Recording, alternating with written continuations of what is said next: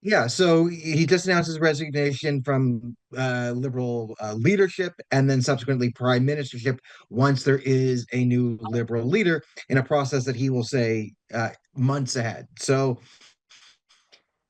at some points, everyone in Canada is very happy because people are happy that Justin Trudeau had to walk down the steps, go in front of the camera, and say, I failed. Well, he said, I was the greatest prime minister ever. I'm amazing. Everyone loved me. But the only problem in the last 10 years is there wasn't enough Trudeau. And for that, I'm sorry. But he's staying on as prime minister for now. We have a liberal leadership race. We have parliament prorogued until the middle of March. Something's happening. They're going to have to come back in March to pass something. So we're looking at a summer election, which is kind of where we all predicted things would go. This is a consequence of, I think, the new Trump administration is pretty clear the liberals had no plans whatsoever for Trump getting back in office. They spent the last 8 years making Trump bad a central part of their foreign and domestic policy. That was really destabilizing to Canada-U.S. relations. It was fine when Biden was in office, but standard foreign policy, international relations don't take sides in the internal politics of your allies. That's just not what you should do. It's what we did pretty consistently over the 10 years. So the Trump administration came in and decided to return the hostility back to the Trudeau administration, threaten the 25% tariffs. And I think that really pushed things along um, and forced it out. So from a Canadian perspective, I think this might be very good because then we have the bargaining power to go, hey, we know you hate Justin Trudeau. We don't really have a government right now. Wait to the results of this election, and then let's talk about trade deals and all this different stuff. So it gives us a better, sort of excuse to the Americans to just ask for a delay on all of this. Will it be granted? Who knows? But effectively, we're not going to have a government for the next 2 months, which is a vast improvement on the current government in a lot of people's estimations. And we will have a new liberal leadership race, and a new liberal leader will come in. I have my own thoughts about the future of the Liberal Party, but that's the story for another day. But I think Canadians are quite happy across the board to just be done with Trudeau. Now, do some people think, oh, it's just Trudeau who did this? Or do the Canadians understand that this is actually the policies of the Liberal Party that have affected their lives? We'll find out if the hatred is more towards Trudeau or the Liberals. I mean, there is a special type of condescending narcissism that Canadians have always found off-putting in Justin Trudeau. It started back in his first term. He accused small business owners, doctors, and lawyers of being tax cheats, while maintaining loopholes for his own trust fund. So he, passed a law called small business owners and doctors tax cheats and used that to then protect his own personal pension because he comes from incredible wealth. He comes from oil wealth and a future prime minister, and then rails against nepotism and the energy industry. It's sort of standard hypocrisy. So if you're Indian and wondering why is he treating us unfairly, he's not. He's treating you the same way he treats Canadians, with contempt and hypocrisy and condescending. So in a sense, he treats you like you really are his people, with the true contempt of that he has for the average Canadian. He does have for you as well. So I think everyone's in a good mood in Canada over this. There's just a hardened. I mean, if you watch the CBC, the news media, especially the CBC, it is kind of funny right now. It's sort of like a funeral there, like they're having a funeral. Rosemary Barton and David Cochran, they look like they've lost, like they looks like a dog, like their family dog just got run over in front of them. Which I'm enjoying, and a lot of Canadians are also enjoying. Just the look of just utter shock on their face. So yeah, the Liberal Party was an untenable political party going forward, with there being two open fact. They're a minority party, and there's two factions in the party. One led by the former deputy prime minister, and they're having a public war. It was untenable and couldn't go along. So Trudeau has managed to sort of kick down. How much more time can he squeeze out as prime minister? We'll find out. I do think his goal is to be in officially the prime minister when the G7 is in Canada in June. So I think he'll want to sort of say, "Oh, we'll have the elections after that, so I can call myself president of the G20." Because again, this has always been his priority, is to be seen as an international leader at like a United Nations, international human rights, something climate change. He's always wanted to do that. So he'll get to fulfill one of his lifelong dreams, which is calling himself president of the G7, and millions of Canadians will get to see their lifelong dream of watching Trudeau resign from office. Uh, if I may ask, what's the future for Justin Trudeau? Also about the stability for Canada, the political stability. If you can share your thoughts on that. Okay, so first the future of Justin Trudeau, and I've said this for a while. And people think I'm joking because Justin Trudeau's hero and professional hero is Greta Thunberg. That is who he is most jealous of. He literally wants to be a Swedish teenager, or himself. He wants to like go on a boat to Europe to again just say diversity and climate change is important. Like he wants to be some, head or figurehead of some large international NGO, so he can call himself very important. And yeah, and of course, money laundering. That's an important part of global NGOs, money laundering and capitulating to terrorist organizations. So that's also, but that again, that's very much up for Trudeau's wheelhouse as well. So a bit of a lateral movement there. So that's Justin Trudeau's future, is he will be traveling around Europe, and to different sort of what you would call like globalist institutes colloquially, but again, like the international left wing institutions, you'll see him in those things, talking about how great he is.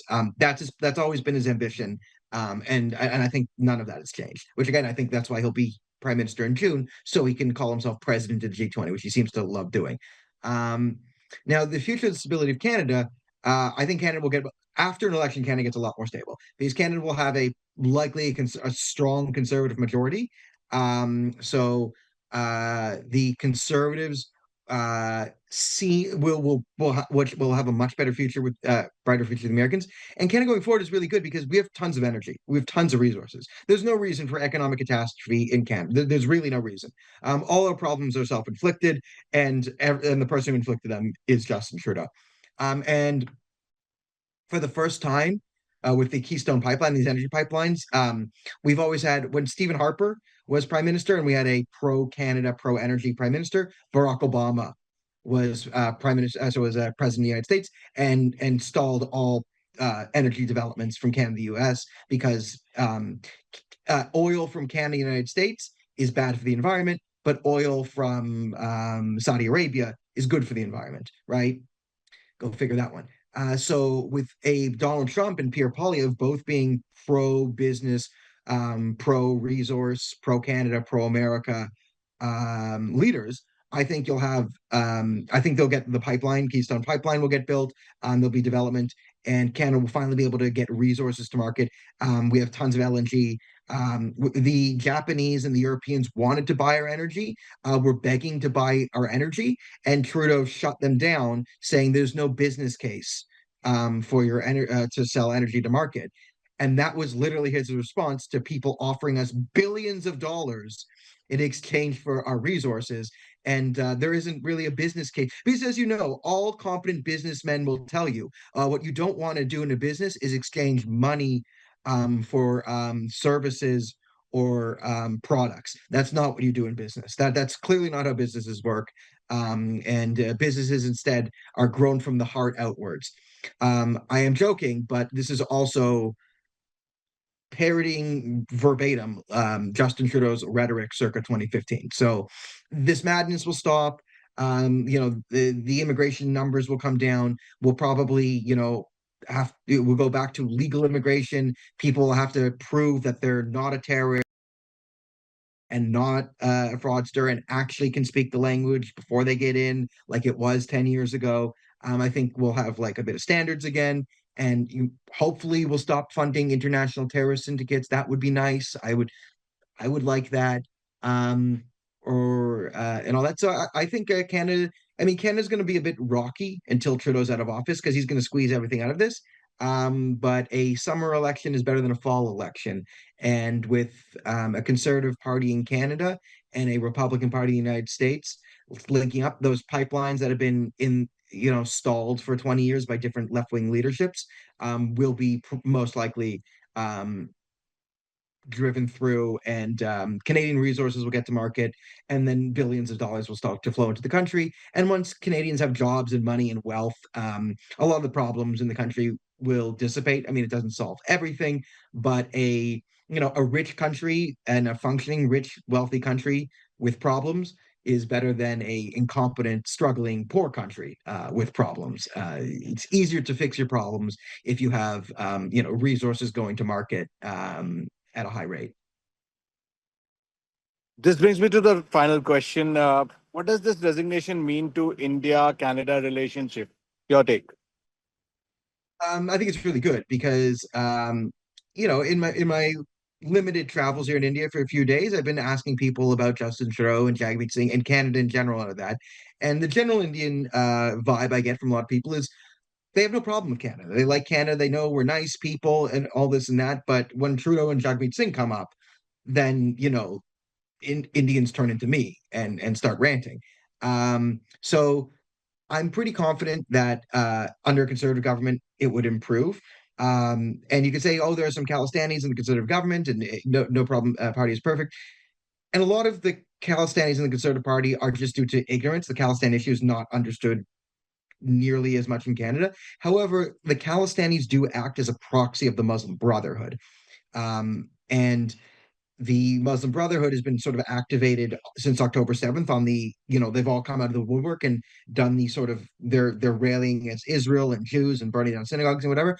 But the Conservative Party is very pro-Israel, and they understand the threat of radical Islamic terrorists. So if you have a government that is, again, they don't understand Khalistan, but they understand the Communist Party of China and the Muslim Brotherhood, which are the two main allies and basically the bedrock of the Khalistan movement here in Canada. It's like one finances it mostly through the ISI in Pakistan, and the other kind of taught it how to act through the political left and helped it infiltrate and they work in concert.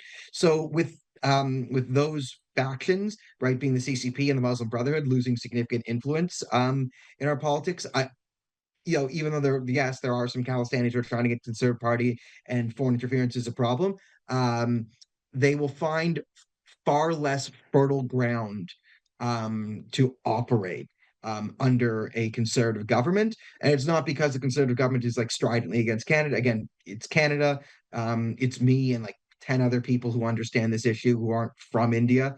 But they understand the issues that are sort of auxiliary to it. Those are well understood issues in our country. So in that point, I would be hopeful because and especially the current faction of the Conservative Party, opposed to the previous faction, is not friendly to the Muslim Brotherhood.